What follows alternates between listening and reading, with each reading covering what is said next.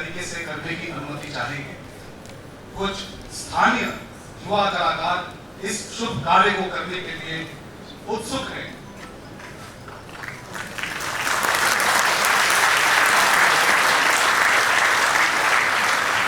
हमारे देश की आत्मा हमारी संस्कृति में ही बसती है। आपका अभिनंदन। ये हमारी संस्कृति है। शुभ तिलक और सम्मान सूचक एक शॉल देकर हम आपका वंदन करना चाहेंगे। धन्यवाद महोदय। आपसे अनुरोध है महोदय कि आसन ग्रहण करें। अब मैं आपसे अनुमति चाहूंगा आज आपके कार्यक्रम को प्रारंभ करने के लिए। साथियों, बड़े सौभाग्य की बात है कि हम वर्तमान दौर को आजादी के अमृत महोत्सव के रूप में मना रहे हैं। उसी महोत्सव की एक कड़ी है आज का ये कार्यक्रम। आज भारत सरकार के संस्कृति मंत्रालय की ओर से निवेदित इस सांस्कृतिक कार्यक्रम का शीर्षक है सुंदर सुभूमि। यहाँ बैठे विज्ञ दर्शक जानते हैं, सन 1911 में बाबू रघुवीर नारायण जी ने एक देशभक्ति का गीत लिखा था पूर्वांचल की बोली, जो बाद में बिहार के जन जन का गीत बन गया। राष्ट्रपिता महात्मा गांधी जी ने तो इसे बिहार में बने राष्ट्रीय गीत के विशेषण से सुशोभित किया। बहरहाल, जैसा कि नाम से ही जाहिर है, आज का कार्यक्रम सुंदर सुभूमि आजादी की भावना और देश प्रेम की भावना से ओतप्रोत है। आज के इस कार्यक्रम को बिहार की कुछ लोक कलाकारों, नृत्य शिल्पियों के द्वारा सुसज्जित किया गया है, लेकिन उसके साथ साथ इसमें कुछ आधुनिक और देश भर में लोकप्रिय धुनों का, संगीत का सहारा दिया गया है। आखिर बिहार भी तो विस्तृत भारत का ही एक अखंड हिस्सा है और किसी न किसी रूप में अपनी अद्भुत शैली में बिहार भारत की ही सामग्रिक सांस्कृतिक विरासत का प्रतिनिधित्व भी करता है। आज के हमारे इस कार्यक्रम में सबसे पहले हम मैथिली ठाकुर जी का गीत सुनेंगे। उसके पश्चात होगी संगीत और नृत्य की प्रस्तुति। आज के समारोह में हमारा सौभाग्य है कि स्वाधीनता सेनानियों के कुछ परिवार के सदस्य यहाँ उपस्थित हैं। उनके प्रति आभार और सम्मान भी हम प्रकट करेंगे। तो महोदय, अनुमति प्रदान करें कि हम आज के सांस्कृतिक कार्यक्रम का प्रारंभ करें।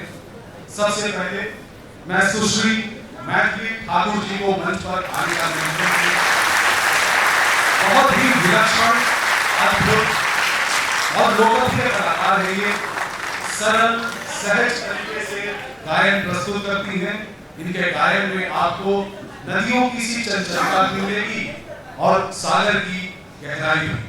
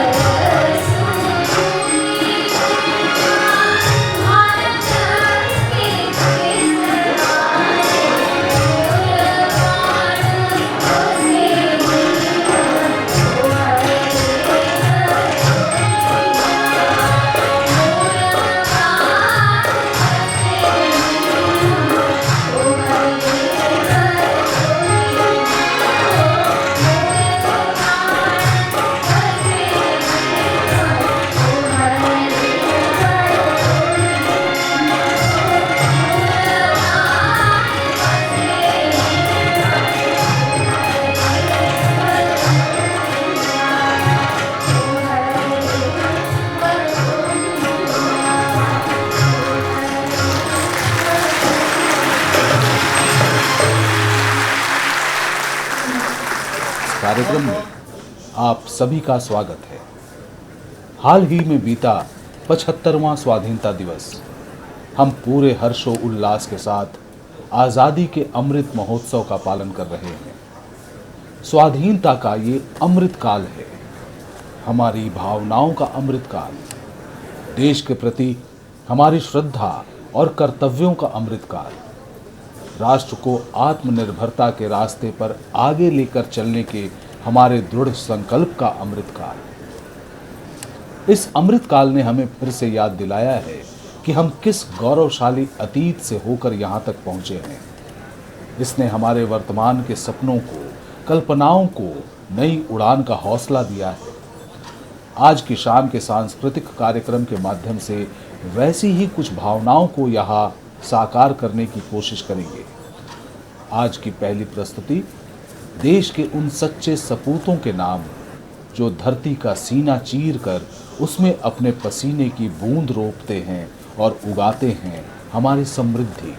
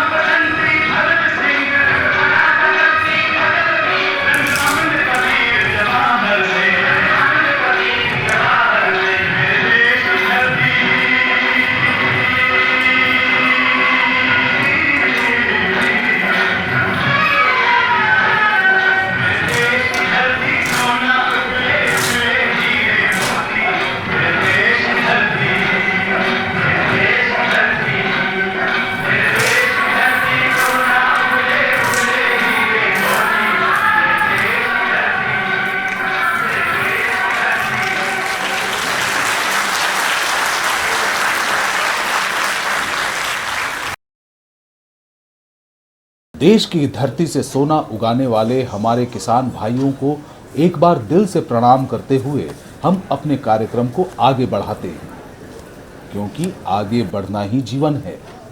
आगे बढ़ते रहने से जीवन में नए रास्ते मिलते हैं, नई संभावनाएं जन्म लेती हैं। देश से प्यार करने वाले कभी रुकते नहीं हैं। जिसका जो भी कर्म है वो उसी रास्ते पर पूरी ईमानदारी और निष्ठा से टिक कर काम करता है तो देश के प्रति अपने कर्तव्य को पूरा कर सकता है। जब हमारा देश गुलामी की जंजीरों से बाहर निकलने के लिए जूझ रहा था, न जाने कितने वीर सपूत, कितनी वीरांगनाएं अपने अपने तरीकों से उन बेड़ियों को खोलने के लिए आगे बढ़े। कुछ मिलकर एक साथ बढ़े तो कुछ अकेले ही निकल पड़े किसी दीवाने की तरह। हमारी अगली प्रस्तुति गुरुदेव रविंद्रनाथ ठाकुर की रचना पर आधारित है। संघर्ष का गीत, निडरता का गीत, दृढ़ निश्चय का गीत, एकला चलो रे।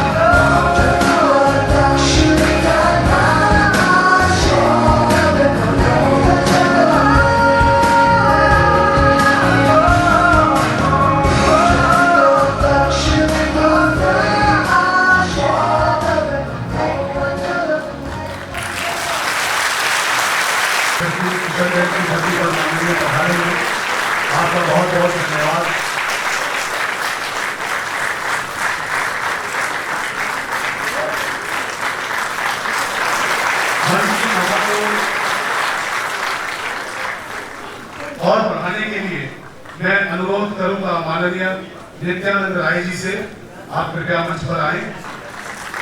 डॉक्टर संजय जायसवाल जी कृपया मंच पर पधारें। धन्यवाद। श्री विजय सिन्हा जी, श्री तारकेश्वर प्रसाद जी हमें अनुग्रहित करें। श्री मंगल पांडे जी, डॉक्टर दिलीप कुमार जायसवाल जी, आप भी मंच पर पधारें। और संस्कृति मंत्रालय के सचिव श्री गोविंद मोहन जी, आप भी कृपया मंच पर आए। धन्यवाद।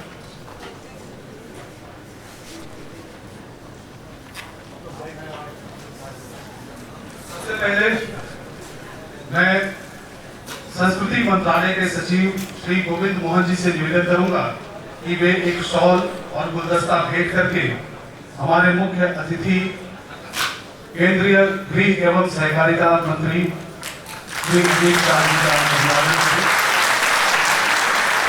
और बहुत धन्यवाद।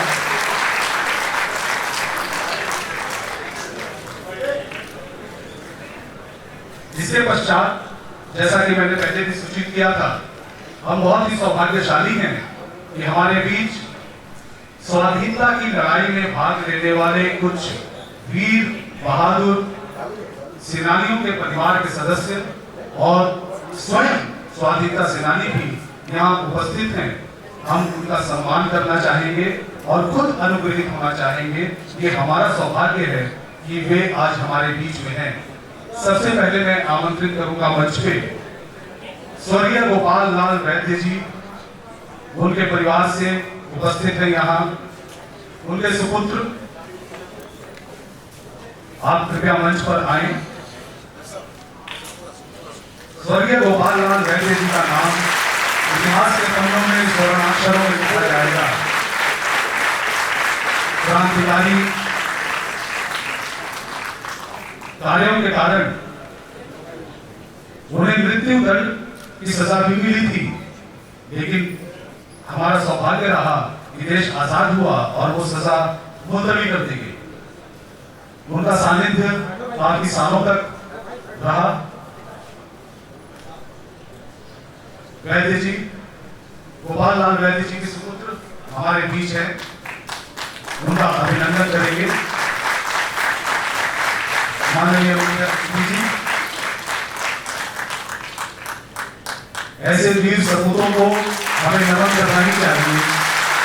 गोपाल लाल जी आज हमारे बीच नहीं है, क्योंकि उनके परिवार के लोग हैं, वो भी नहीं अधिकारी हैं। बहुत बहुत धन्यवाद। इसके पश्चात मैं आमंत्रित करूंगा स्वर्गीय लाल रंजन राय जी की सुपुत्री आई हुई है, यहाँ हमारे बीच उपस्थित हैं, नवनीता राय जी। कृपया मंच पर आए। मैं माननीय मुख्य अतिथि जी से निवेदन करूंगा कि इन्हें भी शॉल और पुष्प स्तबक देकर इनका अभिनंदन करें। स्वर्गीय लाल रंजन राय का भी अमूल्य योगदान रहा है हमारी स्वाधीनता की लड़ाई में। बहुत बहुत धन्यवाद आप लोगों का। इसके पश्चात जोरदार तालियों के साथ स्वागत कीजिए भृगुनाथ शर्मा जी, स्वयं हमारे बीच उपस्थित हैं। हम इनको सम्मानित करके स्वयं सम्मानित हो रहे हैं। आज ये मंच के सभागार सब धन्य हो उठा है। ऐसे वीर सपूत ये हमारी प्रेरणा के स्रोत हैं।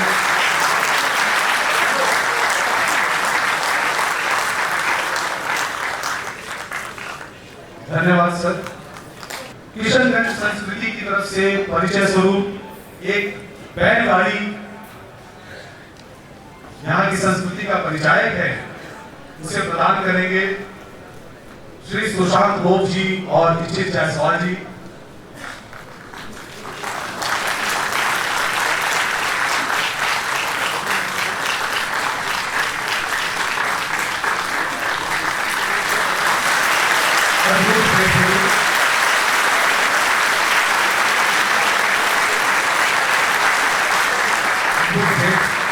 आप लोगों की रचनात्मकता के लिए बहुत बहुत धन्यवाद। इसके पश्चात मैं आग्रह करूंगा गुरुद्वारा प्रबंध समिति के सदस्य श्री लखा सिंह जी, श्री गगनदीप सिंह जी एवं श्री अजीत सिंह जी मंच पर आए और माननीय मुख्य अतिथि का सम्मान करें। उनको भेंट स्वरूप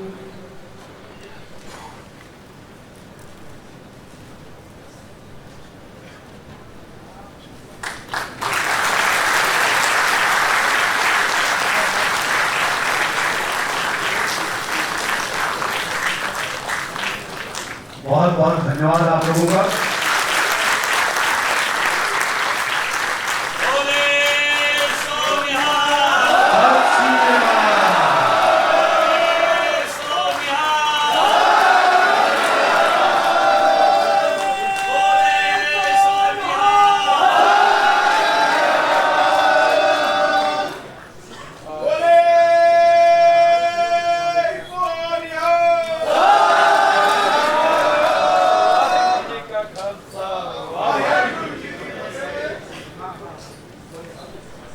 अभी मैं आमंत्रित करूंगा स्थानीय बार एसोसिएशन के श्री शिशिर दास जी एवं श्री ओम कुमार करण जी से आप दोनों मंच पर आए और हमारे माननीय मुख्य अतिथि को भेंट देकर धन्यवाद ज्ञापन करें।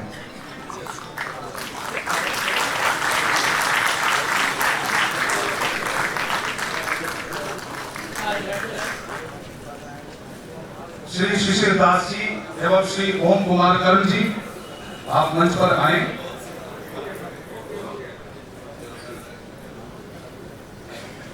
इनके पश्चात माननीय त्रिलोक चंद जैन जी और दिगंबर जैन की तरफ से राजकन दत्तरी जी श्वेतांबर समाज से सम्मानित करेंगे। इसके पश्चात राजीव परिवार के सम्मानित सदस्य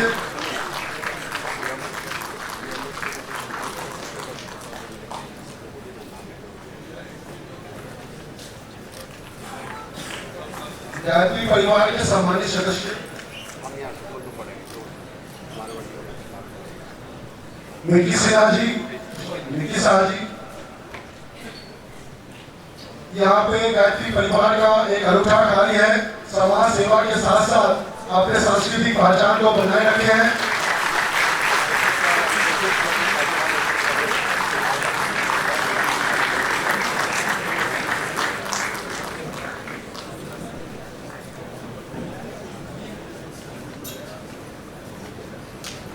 आप सभी का बहुत बहुत धन्यवाद।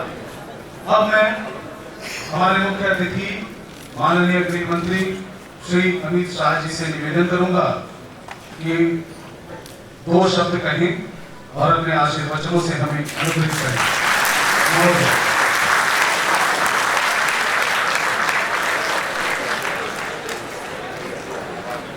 बैठ जाइए, दिखाई पड़ूंगा। मीडिया के लोग इस कोने में आ जाए जरा।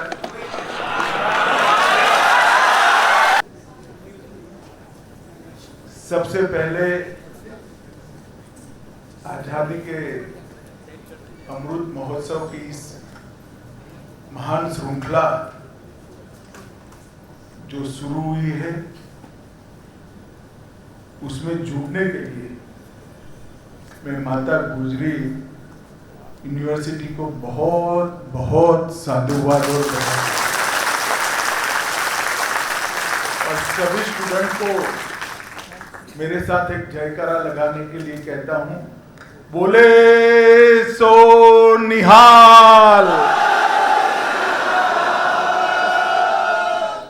कल मैं जब आया उसके पहले ध्यान से मेरा निवास और कार्यक्रम कहाँ है मैंने नहीं देखा। जब यहाँ आकर माता गुजरी मेडिकल कॉलेज और यूनिवर्सिटी का नाम पढ़ा तब मुझे बड़ा आश्चर्य हुआ कि दसम पिता का जहाँ जन्म हुआ वो बिहार के एक कोने में माता गुजरी के नाम से कोई विश्वविद्यालय बना है। आज यहाँ जो स्टूडेंट्स हैं शायद उनको, क्योंकि आप यहाँ पढ़ते हैं, मालूम ही होता है, परंतु मैं बताना चाहता हूं कि माता गुजरी की महानता स्वयं दसम पिता को जन्म देने से ही इस देश पर बहुत बड़ा ऋण उन्होंने किया था। किसी माँ की इतनी हिम्मत नहीं होती कि अपने 2 पोते जिन्होंने दुनिया भी नहीं देखी है, दुनिया को समझा भी नहीं है, उसको देश और धर्म के काज जिंदा चुनवाने के लिए अपने हाथों से दिया। ये बलिदान मैं बहुत छोटा था जब पढ़ा था, उस वक्त मेरे रोंगटे खड़े हो जाते थे। बहुत देखे हैं, बहुत सुने हैं जो अपने बेटे को हंसते हंसते मातृभूमि के लिए शहीद होने के लिए भेजते हैं, मगर ऐसा ना देखा न सुना जो अपने 2 पोतों को जिंदा चुनवाने के लिए मातृभूमि के लिए।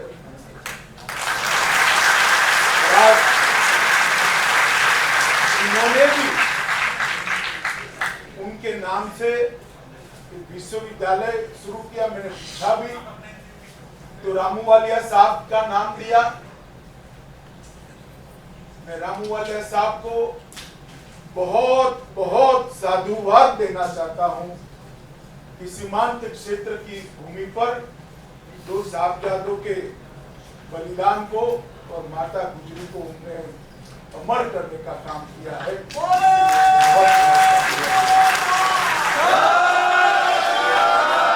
तो आज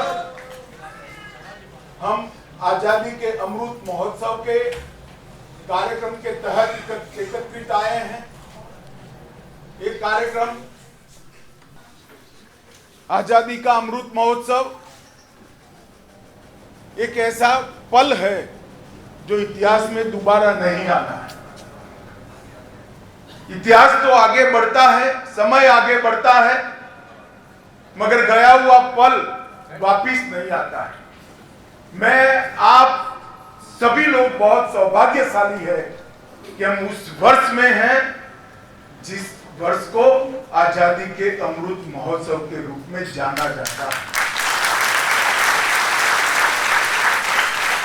सैकड़ों सालों की गुलामी को लाखों लाखों लोगों के बलिदान के बाद और विशेषकर 1857 से लेकर 1947 तक के एक 90 साल के संघर्षपूर्ण स्वातंत्र संग्राम के बाद जब देश आजाद हुआ तब अनेक लोगों के मन में ढेर सारी अपेक्षाएं थी, स्वप्न थे।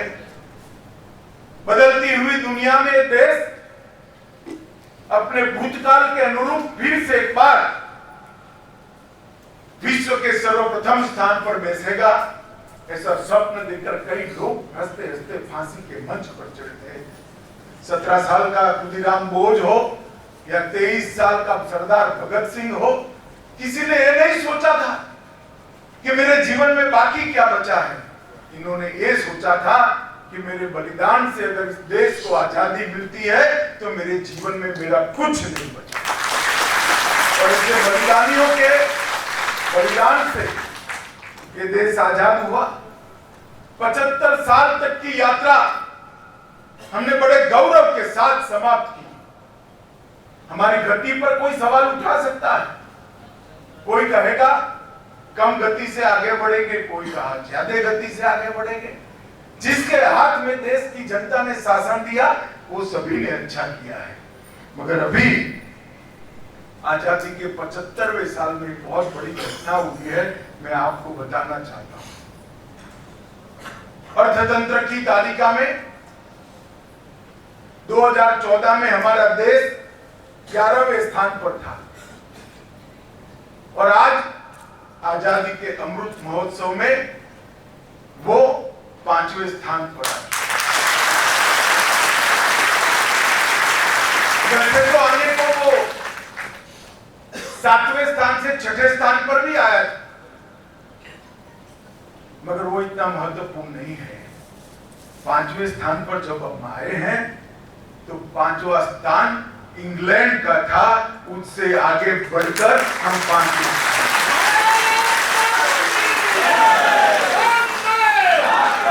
कोई शोर शराबा करे बगैर आज हमने पूरी दुनिया को बताया है कि 75 साल में हमने हमारे पुरुषार्थ से, हमारे धैर्य से, हमारे सही मार्ग से आपसे आगे निकलकर हमने बताया कि जो कहते थे कि अगर अंग्रेज चला जाएगा तो देश बिखर जाएगा, वो अंग्रेजों के देश से आगे बढ़कर आज हिंदुस्तान ने आजादी को सार्थक करने का काम किया है। जब कैबिनेट में प्रस्ताव रखा प्रधानमंत्री जी ने, मैं वो सौभाग्यशाली लोगों में से हूं जो वहां उपस्थित। उन्होंने आजादी के अमृत महोत्सव बनाने के लिए 3 लक्ष्य रखे थे कि क्यों मनाना है। एक तो अभी हमने बिहार के स्वतंत्र सेनानियों का, उनके परिजनों का सम्मान किया। हमारे स्वतंत्र संग्राम के कई जाने अनजाने महान योद्धाओं को आज की पीढ़ी नहीं जानती। जब तक आज की पीढ़ी उनको नहीं जानेगी, उसके जीवन में क्या करना है उसका उद्देश्य स्पष्ट नहीं होगा। ये 17 साल के खुदीराम बोस ने गीता लेकर हाथ में फांसी के फंदे पर चढ़ा। उसने नहीं सोचा था कि मुझे एक अच्छी नौकरी मिल जाएगी, मैं बहुत बड़ा व्यापारी बन जाऊंगा, मैं अच्छे से प्लेसमेंट करा लूंगा।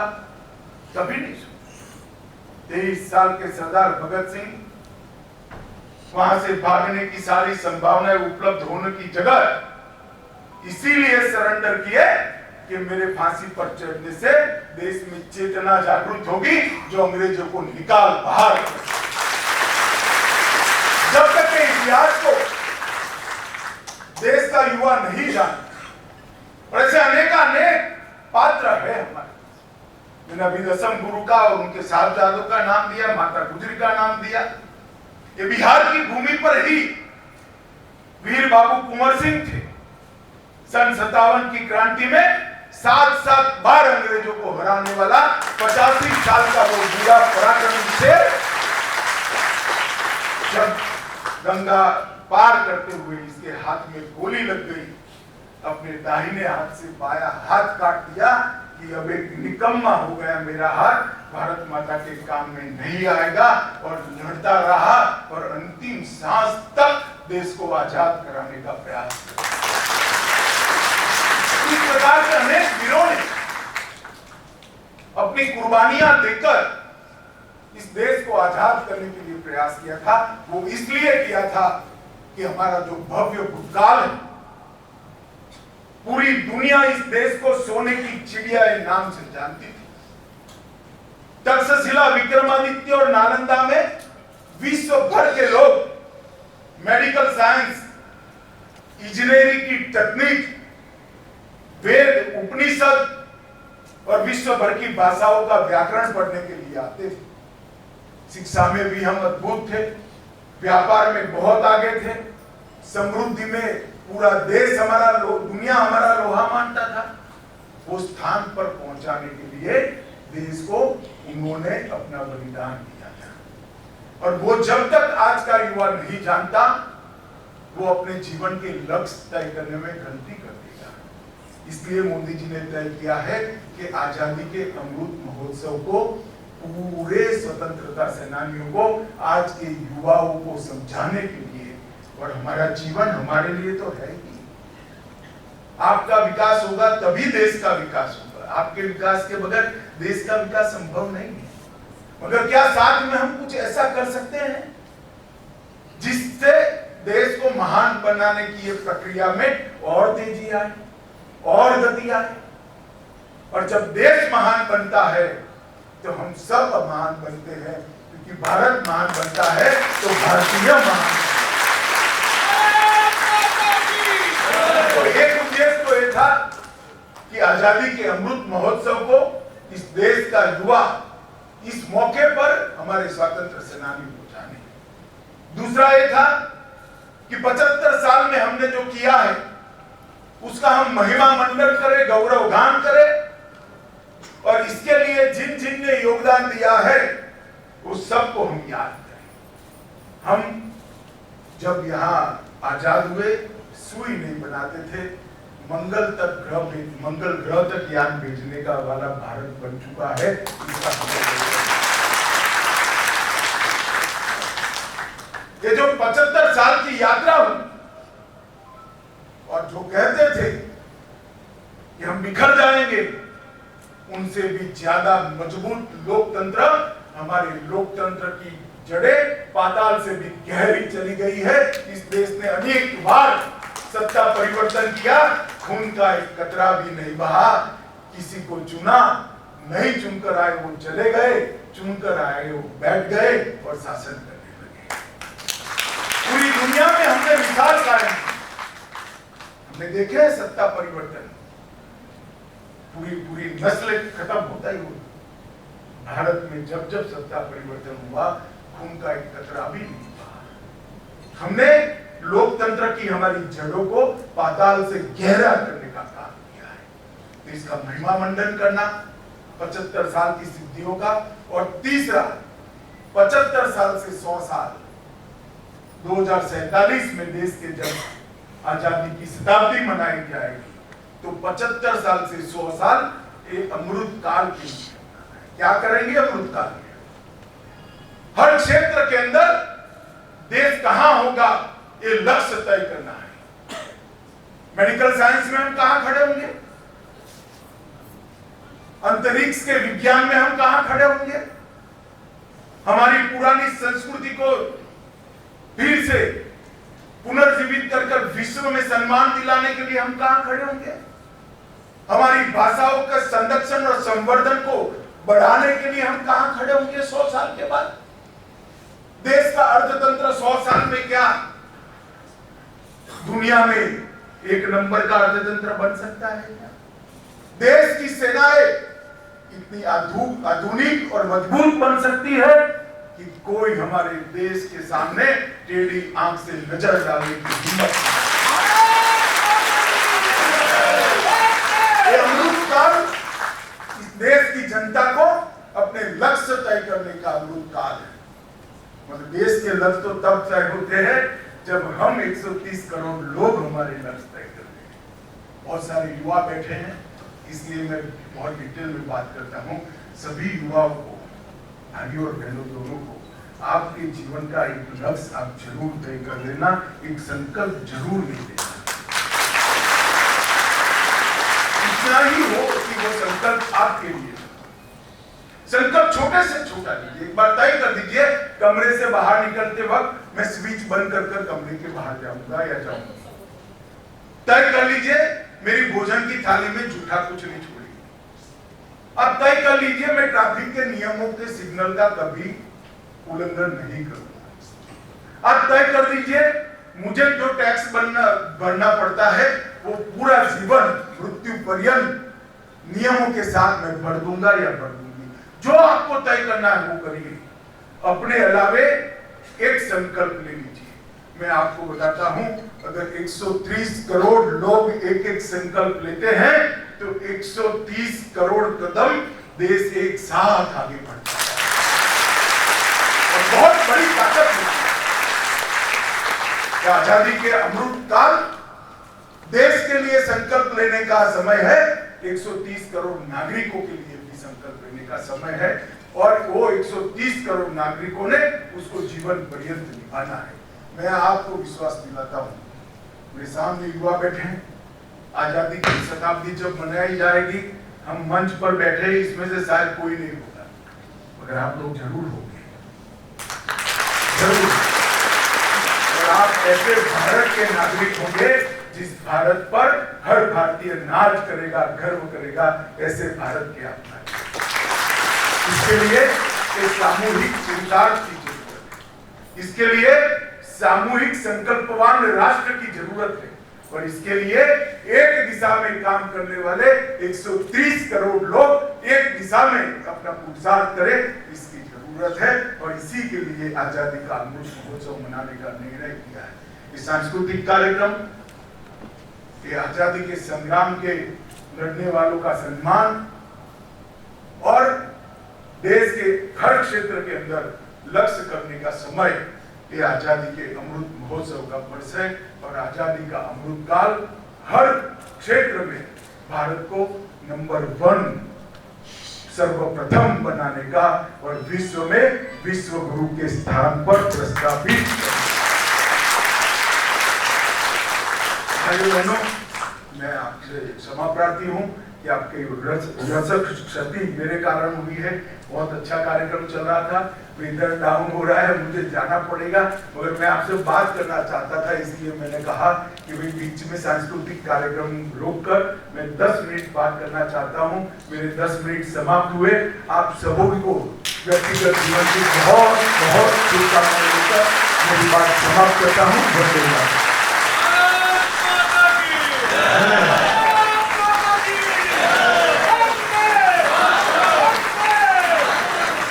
महोदय, आपका बहुत बहुत धन्यवाद। आप अपनी व्यस्त दिनचर्या में से समय निकालकर हमारे बीच उपस्थित हुए।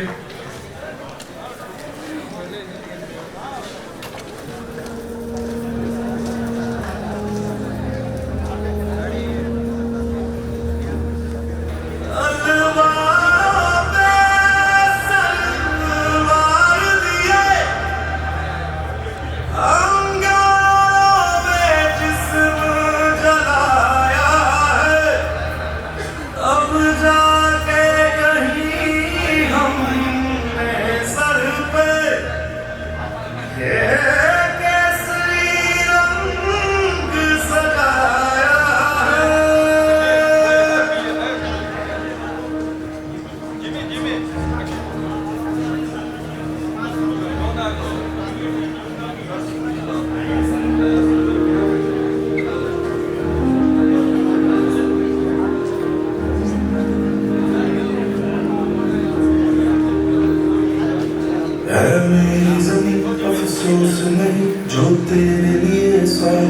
सहे महफूज रहे तेरी याद सदा, चाहे जान मेरी ये रहे ना रहे।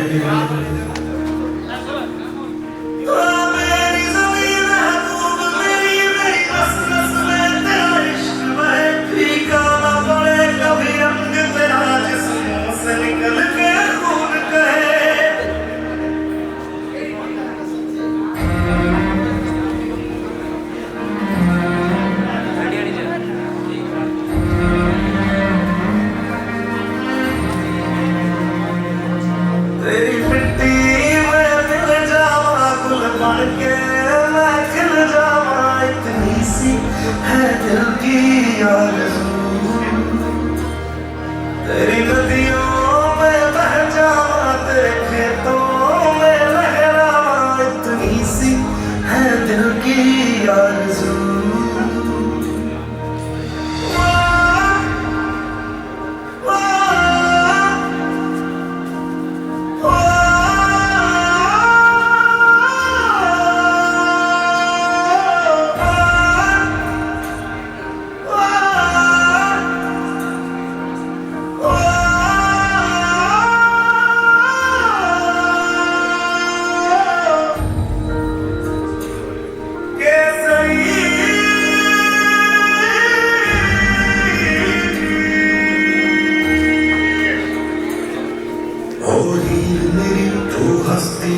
तेरी आंख घड़ी भर नम ना हो, मैं मरता था जिस मुखड़े पे, कभी उसका उजाला कम ना हो।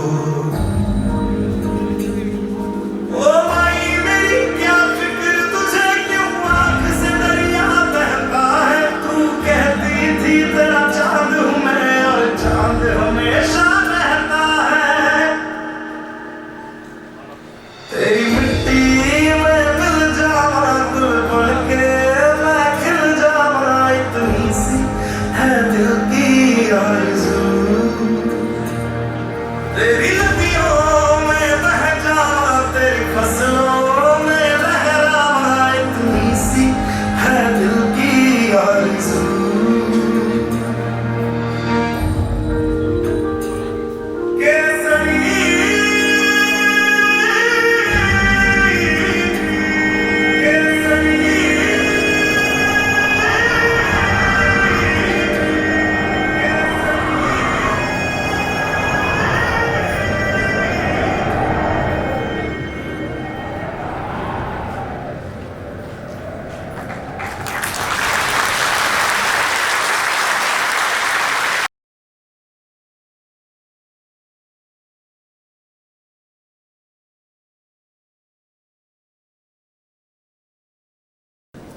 दोस्तों, देशभक्ति का जज्बा एक ऐसा जज्बा है जो कभी मर नहीं सकता, इसे कोई चाह कर मिटा नहीं सकता।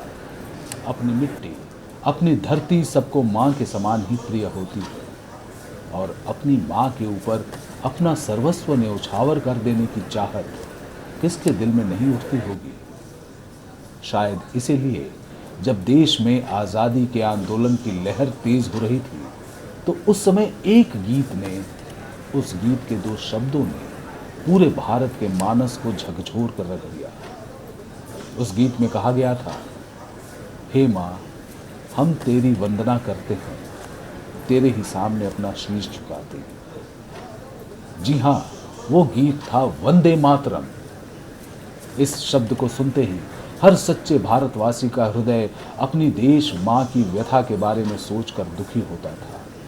वंदे मातरम, इस शब्द का उच्चारण करके वो देश माँ को स्वाधीन करने की अपनी प्रतिज्ञा दोहराता था। वंदे मातरम। आज भी ये शब्द कहकर हम अपने देश प्रेम की भावना को व्यक्त करते हैं। इस गीत के साथ जन गण मन के ही धुन पर आधारित एक और गीत की रचना हुई थी आजाद हिंद फौज के द्वारा नेताजी सुभाष चंद्र बोस के आह्वान पर, शुभ सुख चैन की बरखा बरसे। उसके ही एक अंतरिका, एक अभिनव कलात्मक संयोजन इन दोनों गानों का किया गया है।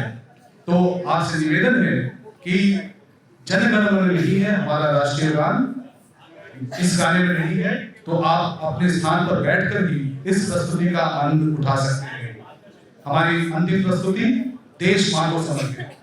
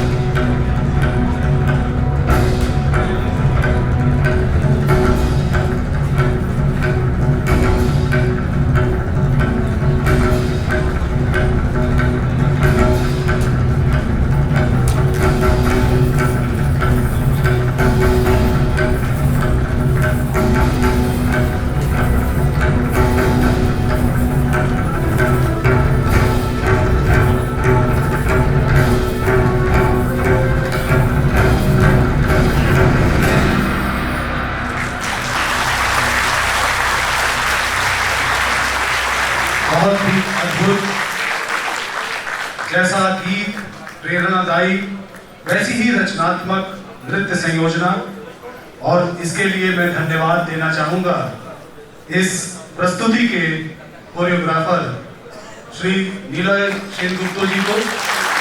बहुत ही कम समय में स्थानीय कलाकारों के साथ, कला शिल्पियों के साथ उन्होंने इस प्रस्तुति को तैयार किया। पिछले कुछ दिनों में इन्होंने काफी कड़ी मेहनत करी है, सब एकजुट बने रहे। आप सभी का बहुत बहुत धन्यवाद। जितना प्रेरणादायी ये गीत था, उतना ही प्रेरणादायी आपका ये कार्यक्रम भी रहा। आप सभी कलाकारों को हम नमन करते हैं। ये जोश ऐसे ही बना रहे, हमारे देशभक्ति की भावना भी ऐसी ही बनी रहे। इसी उम्मीद के साथ हम आगे बढ़ते हैं अपने अगले कार्यक्रम की तरफ। एक मूर्धन्य साहित्यकार, कवि, उन्होंने जन्म लिया, अपनी रचनाएं लिखी जो काल जयी हो गई। उसमें से एक रचना मुझे बहुत ही प्रिय है, और क्यों प्रिय है और आज मुझे उसका ख्याल क्यों आया वो भी मैं बताऊं। भारत की ये धरती अहिंसा की धरती रही है। हम अहिंसा का पाठ पढ़ाते हुए आए हैं, लेकिन जब भी युद्ध की बात होती है, हम उसी बहादुरी के साथ खड़े होकर युद्ध का मुकाबला भी करते हैं, दुश्मनों को मुंह तोड़ जवाब भी देते हैं और विजय भी प्राप्त करते हैं। उसी भावना को केंद्र में रखकर बिहार के ही कवि थे, आप लोगों ने नाम सुना है रामधारी सिंह दिनकर जी का? जी, उनकी एक कालजयी रचना है रश्मि रंगीन। उसमें से एक छोटा सा अंश मैं आपके सामने प्रस्तुत करना चाहूंगा, जब तक की ये तैयारी हो रही है, ताकि आप अपनी अपनी जगहों पर बैठे रहें। इस काव्य खंड में भी कृष्ण कौरवों को समझाने आए हैं, जैसा कि भारत हमेशा से अहिंसा का पाठ पढ़ाता रहा है, उसी तरीके से, ताकि महाभारत का युद्ध टल जाए, ना हो, भाई भाई मिलके रहें। वो कौरवों को समझाने आते हैं, लेकिन कौरव मानते नहीं हैं और उसके बाद कृष्ण अपना विकराल रूप दिखलाते हैं और उस युद्ध की विभीषिका के बारे में बताते हैं। जब तक ये तैयारियां हो रही हैं, मैत्री की राह बताने को, सबको सुमार्ग पर लाने को, दुर्योधन को समझाने को, भीषण विध्वंस बचाने को भगवान हस्तिनापुर आए, पांडव का संदेशा लाए। तो न्याय अगर तो आधा दो, पर इसमें भी यदि बाधा हो तो दे दो केवल 5 ग्राम। रखो अपनी धरती तमाम, हम वही खुशी से खाएंगे, परिजन पर असी न उठाएंगे। दुर्योधन वो भी दे न सका, आशीष समाज की ले न सका, उल्टे हरि को बांधने चला। चौथा असाध्य साधने चला। जब नाश मनुष्य पर छाता है, पहले विवेक मर जाता है। हरि ने भीषण हुंकार किया, अपना स्वरूप विस्तार किया। गगमग गगमग दिग्गज डोले, भगवान कुपित होकर बोले, जंजीर बढ़ाकर साध मुझे, हा हा दुर्योधन बांध मुझे।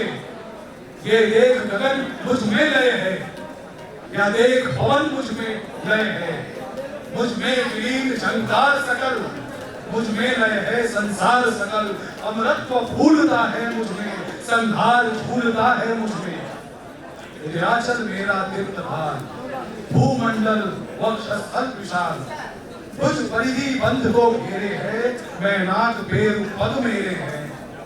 जो ग्रह नक्षत्र निकल, सब है मेरे मुख के अंदर। त्रिग हो तो दृश्य अगाध देख, मुझ में सारा ब्रह्मांड देख। चर अचर जीव जग क्षर अक्षर, नश्वर मनुष्य सुर जाति अमर। शतकोटि सूर्य शतकोटि चंद्र, शतकोटि सरित सर सिंधु मंत्र। शतकोटि विष्णु ब्रह्मा महेश, शतकोटि विष्णु जलपति धनेश। शतकोटि रुद्र शतकोटि काल, शतकोटि दंडधर लोकपाल। जंजीर बढ़ाकर साथ इन्हें, हाँ दुर्योधन बांध इन्हें। क्या देख महाभारत का रण, मृतकों से पटी हुई भू है। पहचान कहाँ इसमें तू है। अंबर में कुंतल चाल दे, पद के नीचे पाताल दे। आगे वो लिखते हैं, जंजीर बड़ी क्या लाया है, बांधने मुझे जो आया है। यदि मुझे बांधना चाहे मन, पहले तो बांध अनंत गगन। हमारे भारत की भी भावना कुछ ऐसी ही है। हम अपनी विशालता पर गर्व तो करते हैं, घमंड नहीं करते, लेकिन जब मौका आता है, हम दुश्मनों को उनकी औकात भी दिखलाते हैं, अपनी हैसियत भी दिखलाते हैं। मुझे लगता है मैथिली जी को बुलाने का ये सही वक्त है। मैथिली जी को मैं फिर से आमंत्रित करूंगा मंच पर। बहुत बहुत धन्यवाद आपका।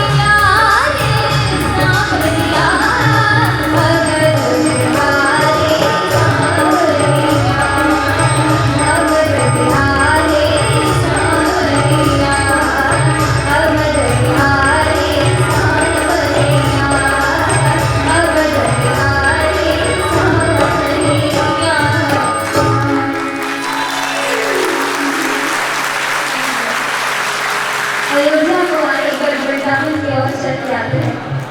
वृंदावन जाने को जी चाहता है, वृंदावन जाने को जी चाहता है, वृंदावन जाने को जी चाहता है, वृंदावन जाने को जी चाहता है। अरे राधे राधे गाने को जी चाहता है, राधे राधे गाने को जी चाहता है।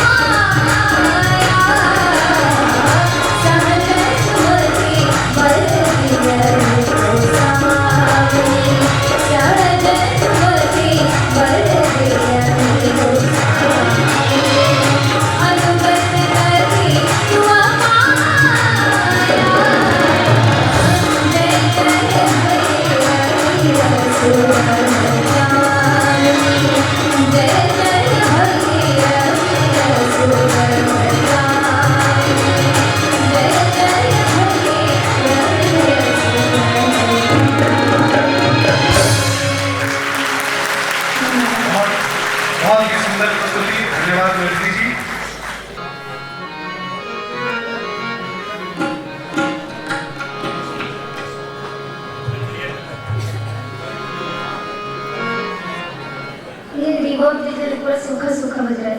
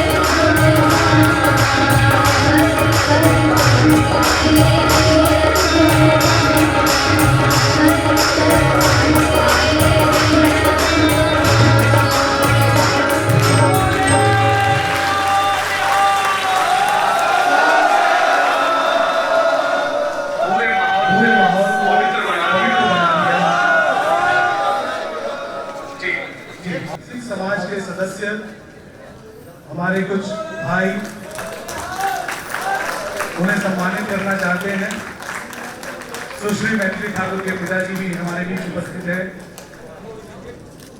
मैं बताना चाहूँगा कि ये जो सारा सिख समाज आया है, ये किशनगंज, पूर्णिया, कटिहार, लक्ष्मीपुर, त्रिवेणीगंज, फारबिसगंज और मोतिहारी काफ़ी दूर से आए हैं।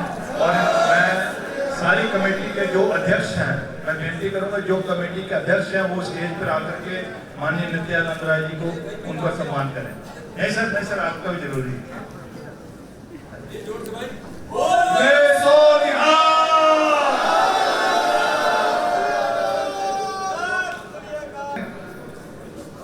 श्री श्याम सेवा समिति की तरफ से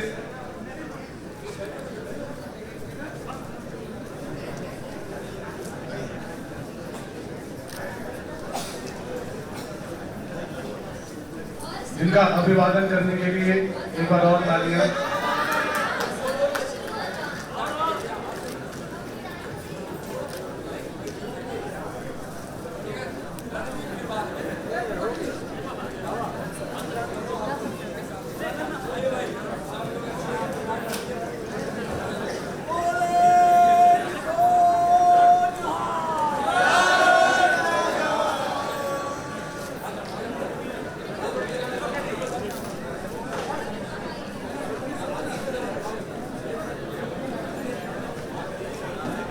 आप सब जिस भावना के साथ यहाँ पर आए, हमारे माननीय अतिथि का स्वागत किया, उनको सम्मानित किया, उसके लिए बहुत बहुत शुक्रिया आप सबों का।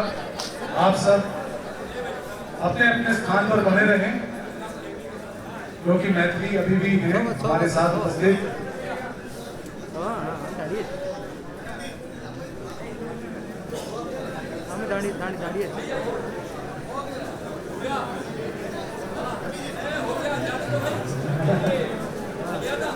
আমি আছি, আমি দাঁড়িয়ে আছি।